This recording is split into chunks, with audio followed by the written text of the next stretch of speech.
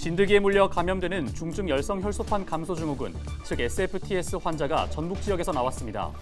올해 도내 첫 확진자는 남원시에 사는 60대 여성으로 지난 11일 SFTS 양성으로 판명됐습니다. 김관영 전북지사는 5.18 민주묘지를 찾아 민주주의와 정의를 위해 헌신하겠다는 의지를 밝혔습니다. 5.18 민주화운동 제43주년을 맞아 전북 지역에서도 기념식과 학술제 등 다양한 행사가 진행될 예정입니다. 정읍시가 농업 분야 주요 사안들에 대한 해결책 마련에 나섰습니다. 영농철 인력 수급 문제와 축산농가 악취 문제 등에 대한 대책도 밝혔습니다. 흉기를 들고 아파트 아래층 이웃을 찾아가 폭행한 50대 남성에게 경찰이 구속영장을 신청했습니다.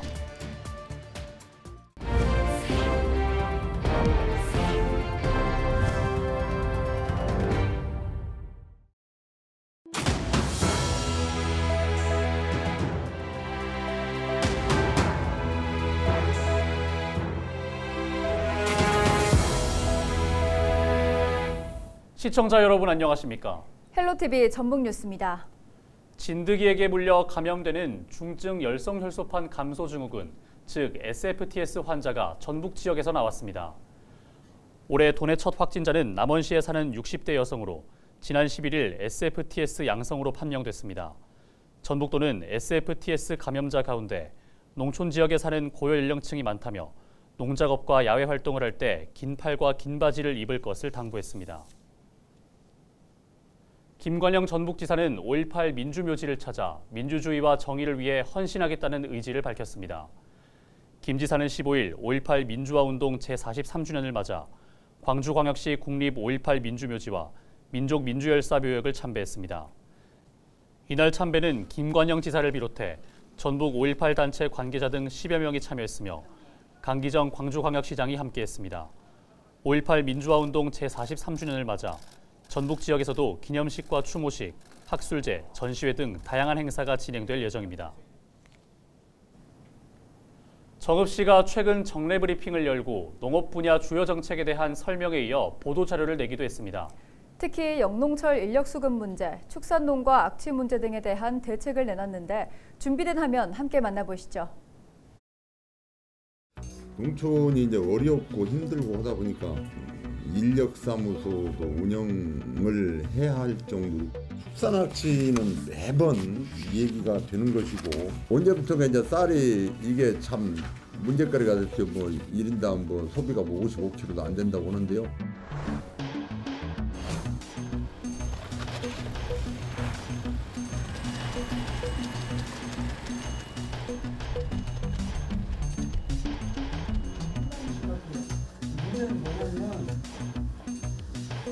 저번에 오선이 국장한테 그런 말씀을 드렸는데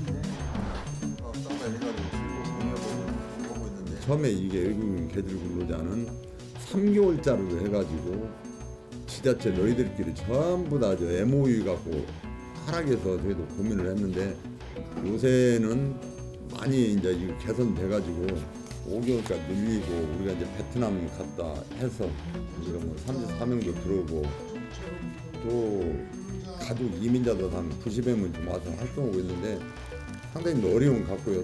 이탈 문제, 소통 상황실을 만들어가지고 우리 그 농촌 인력 팀하고 체크를 합니다.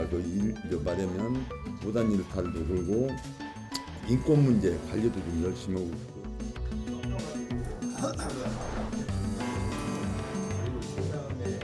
악취는 뭐 말로 다 그렇지만 우리가 이제 올해도 뭐 한 67억 정도 들여서 하는데 실은 단속하고 관리하고 전보는 것은 환경관리과에서 하고 저희는 사법적인 것이 아니고 농가 지도의 목적이 있기 때문에 자치위원회에 있어가지고 그분들로 하여금 인식 개선이라는 이런 걸 많이 지금 하고 있고 축산업체 가장 문제되는 것이 덕천하고 뭐 지역적인 것들은 정리가 되고 단지인데 그거 지금 정리에 시설들을 계속 현대화하고 들어가 있고 전체적으로 우리가 정읍은 한 21농가 정도 중점 농가를 지정해서 관리하고 있고요. 태인 단지가 있어요. 그 문제됐던 곳 태인 면하고 우리 축산가하고 정리를 해서 현대화 사업을 옮겨가는데 이제 동네 동의하는데 아마 잘 될 것 같습니다. 가장 고질 있던 민원은 조금 정리가 될 것 같고 해서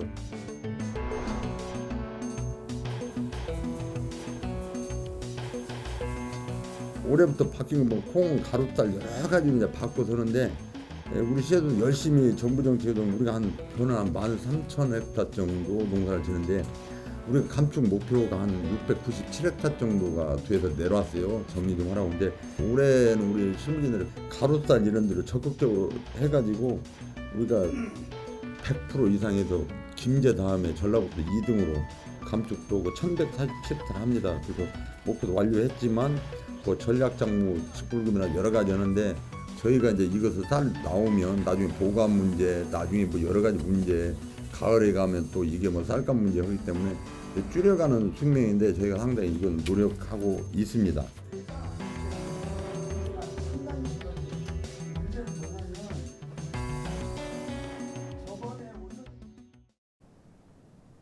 흉기를 들고 아파트 아래층 이웃을 찾아가 폭행한 50대 남성에게 경찰이 구속영장을 신청했습니다.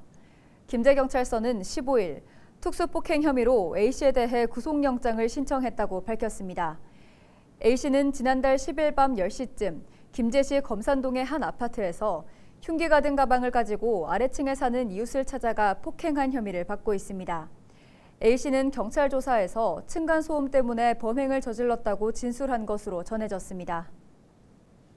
일제 식민사관적 표현으로 역사 왜곡 논란이 일고 있는 전라도 천년사를 폐기해야 한다는 주장이 전북도 의회에서도 제기됐습니다. 오은미 전북도 의원은 15일 열린 임시회에서 식민사관과 역사 왜곡 논란이 일고 있는 전라도 천년사는 마땅히 폐기돼야 한다고 주장했습니다. 그는 이어 전라도 천년사는 과거의 역사를 기록하는 것이지만 오늘의 역사로 남는다면서 이미 누더기가 된 전라도 천년사를 미련 없이 폐기하라고 촉구했습니다.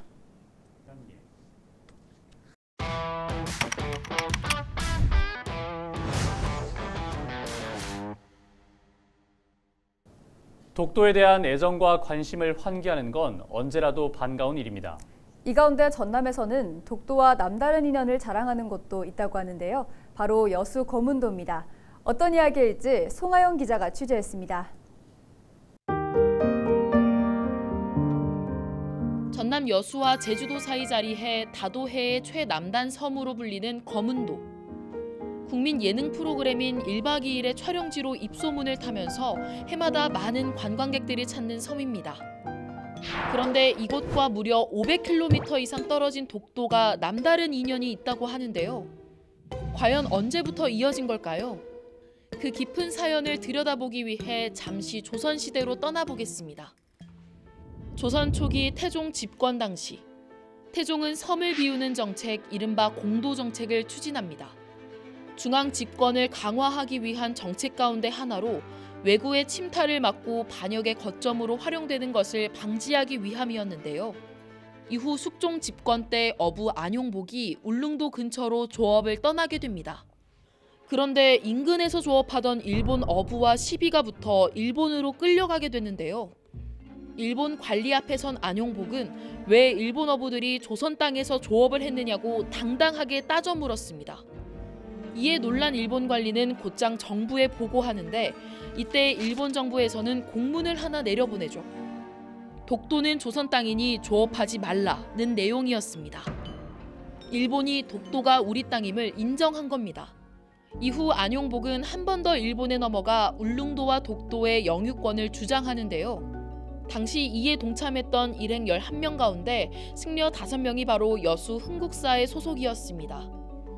뿐만 아니라 1882년 이규원의 울릉도 검찰일기에서는 당시 이규원이 만난 사람 140명 가운데 115명, 즉 80% 이상이 여수 거문도와 초도 사람으로 기록됐습니다. 이후 고종은 울릉도 개청령을 내렸는데요. 울릉도 초대 도감으로는 거문도 사람인 오성일이 임명되기도 했습니다. 1905년에 일본은 자기들이 합법적으로 편입을 했다고 주장을 하고 있는데 일본 쪽의 주장보다 앞서는 시기에 울릉도와 독도를 건너가서 거기서 경제 활동을 했었고 그런 역사가 있었다는 것을 이제 증명을 할 수 있는 거죠. 1905년 일본이 독도를 편입하기 전부터 울릉도와 독도에 왕래한 여수 거문도와 초도 주민들. 이를 널리 알리기 위해 여수에서는 지난 2021년 10월 25일 독도의 날을 맞아 독도학교가 문을 열었습니다. 여수 남초등학교 별관에 자리한 독도학교. 현재는 여수교육지원청에 있는 독도전시관을 이곳으로 이전하기 위한 리모델링 공사를 앞두고 있습니다. 독도학교를 설립한 김대진 전 여수 남초등학교장은 학생들에게 일찍이 독도 역사교육을 시작하기 위해 공간을 마련했습니다. 개교까지 준비 기간만 무려 2년. 김대진 전 교장을 비롯해 여수 남초등학교 교사들이 힘을 모아 독도 체험실과 도서실, 영상실 등 5곳의 교육장을 조성했습니다. 일본은 초중고의 의무교육화하고 있고 우리는 특별 프로그램식으로 운영을 하고 있는데 우리하고 너무 격차가 크죠. 그런 안타까움이 있었고요. 특히 여수 거문도 초도 사람을 중심으로 한 남도 그 사람들의 개척에 대해서 관심이 있어서 독도교육 학교를 설립해야 되겠다 그런 생각을 했습니다. 여수교육지원청은 이에 맞춰 찾아가는 독도교육을 실시하고 독도교육연구회를 구성하는 등 다양한 학습 콘텐츠를 마련할 계획입니다. 우리의 고유한 영토로 오랜 시간 함께한 독도. 역사 속에는 이를 지키기 위한 숨은 공신들의 노고가 고스란히 기록됐습니다. 그리고 오늘날 이를 헛되지 않게 하기 위한 노력이 우리의 과제로 남았는데요. 지난달 한일 정상회담 이후 한 달 동안 8차례에 걸쳐 일본 순시선이 독도 인근 해역에 출몰한 것으로 드러난 가운데 독도를 지키기 위한 체계적인 역사 교육과 지속적인 관심이 절실한 시점입니다.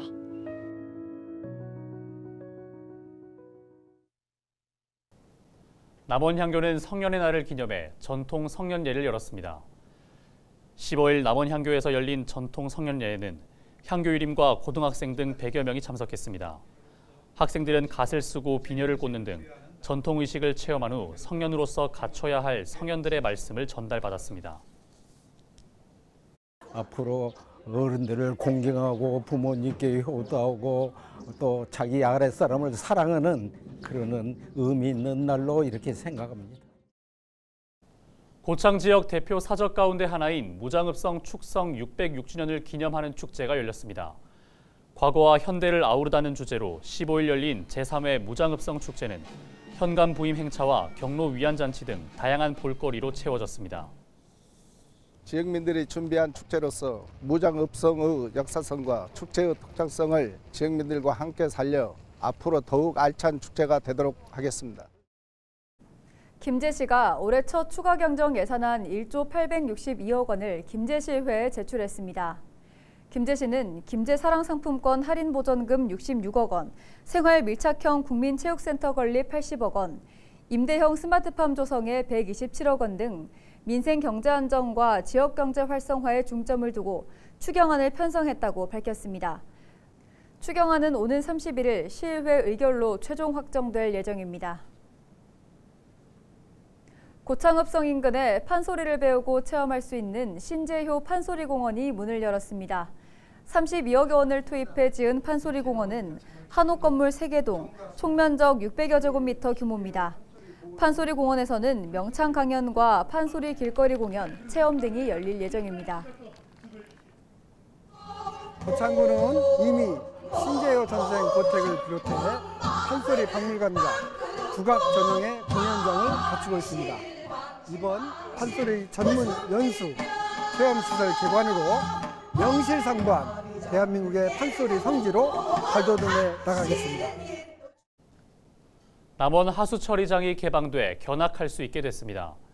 하수처리장 견학은 생활하수 유입부터 하천 방류까지 과정을 볼 수 있고 처리된 방류수를 활용한 요천 생태습지공원 방문 등으로 진행됩니다. 하수처리장 견학을 희망하는 기관이나 단체는 남원시 환경사업소에 공문을 통해 신청하면 됩니다. 다양한 프로그램을 통해서 하수처리장이 혐오시설이 아니라 일상생활에 꼭 필요한 장소로 인식될 수 있도록 노력하겠습니다. 정읍시가 도시재생자문위원회를 꾸리고 위원 14명을 위촉했습니다. 위원들은 내년 말까지 도시재생과 지역 활력을 위한 주요 시책과 공동체 활성화 등 여러 분야에서 자문 역할을 하게 됩니다. 이상으로 뉴스를 마칩니다. 함께해 주신 여러분 고맙습니다.